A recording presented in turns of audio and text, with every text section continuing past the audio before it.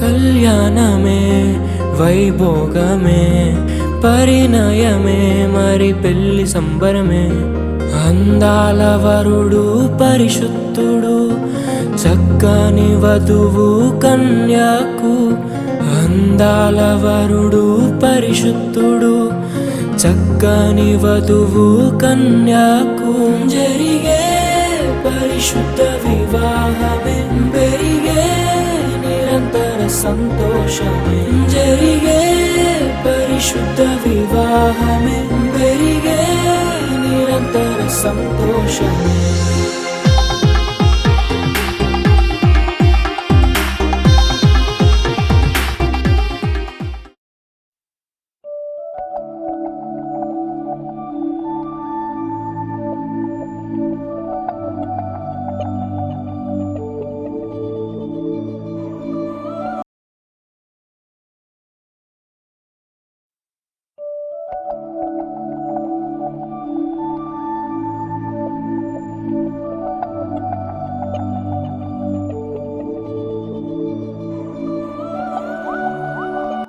అయితే నర్సాపూర్ ఎక్కేసాడు. నర్సాపూర్ ఆంధ్ర పోయే ట్రైన్ ఎక్కేసిండు. దేవుని దేవాల అన్నీ సక్రమంగా జరిగేటట్టు చేద్దాం మనం అందరం. ఓకే ఓకే అన్న, జాగ్రత్తలు జాగ్రత్తలండి. బాయ్. విడుదల కలిగించి జతపరచడమే వివాహ వ్యవస్థ. దేవునికి స్తోత్రం కలుగును గాక.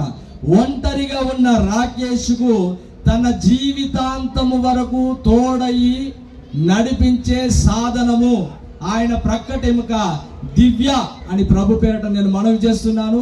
వారిరువురి జీవితంలో కూడా దేవుడు నిత్యము ఉండాలి. అపోస్తలుడైన పౌలు గారు ఎఫెసీయులకు రాసిన పత్రికలో తెలియజేస్తారు, స్త్రీలారా ప్రభువునకు వలె మీ సొంత పురుషునికి లోబడి ఉండుడి. సొంత పురుషుడు అంటే అద్దె పురుషులు కూడా ఉంటున్నారని అర్థం. చాలామంది టెక్నాలజీ రంగంలో పడి పెళ్లికి ముందే లివింగ్ టుగెదర్ అనే రిలేషన్షిప్ వ్యవస్థను స్టార్ట్ చేశారు. మన భారతదేశం ఎంతో నిష్ఠగల దేశం. భారతదేశం దేవుడు ఈమె నీ యజమానుని కుమారునికి భార్య అగునని ఉత్తరం ఇచ్చెను. దేవునికి స్తోత్రం కలుగును గాక. వివాహ వ్యవస్థలో దేవుని చిత్తం అనేది మొదటగా ఉండాలి. దేవుని చిత్తమైన వివాహ వ్యవస్థలో దేవుడే కలుగ చేసుకొని ఎన్ని కష్టములు వచ్చినా, ఎన్ని నష్టములు వచ్చినా, ఎన్ని ఇబ్బందులు వచ్చినా వారి మధ్యలో దేవుడు సహవాసం చేసి వారిని కాపాడి రక్షిస్తాడు. దేవునికి మహిమ కలుగును గాక. రెండవదిగా వివాహ వ్యవస్థలో ఒంటరితనం నుండి విడుదల జరుగుతుంది. వివాహం అంటే ఒంటరితనం నుండి విడుదల.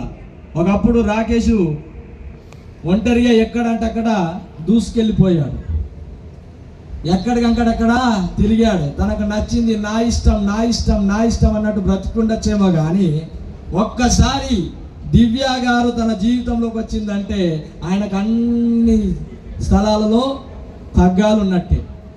ఎటు వెళ్ళాలన్నా భార్యకి చెప్పాలి. ఎప్పుడంటే అప్పుడు ఎలా పడితే అలా ఉండడానికి వీలు లేదు. ఎందుకంటే ఆ వివాహ వ్యవస్థలో ఒక్కరిగా ఉన్నవారు ఇద్దరుగా ఉన్నవారు జంట అవుతారు. కనుక ఒకరి పట్ల ఒకరికి ప్రేమ నమ్మకము వారికి పునాదులుగా ఉండాలని ప్రభుపేట తెలియజేస్తూ ఆదికాండము 2వ అధ్యాయము 18వ వచనం ఉంటుంది. ఆదాము ఒంటరిగా ఉన్నప్పుడు దేవుడు ఆయనకు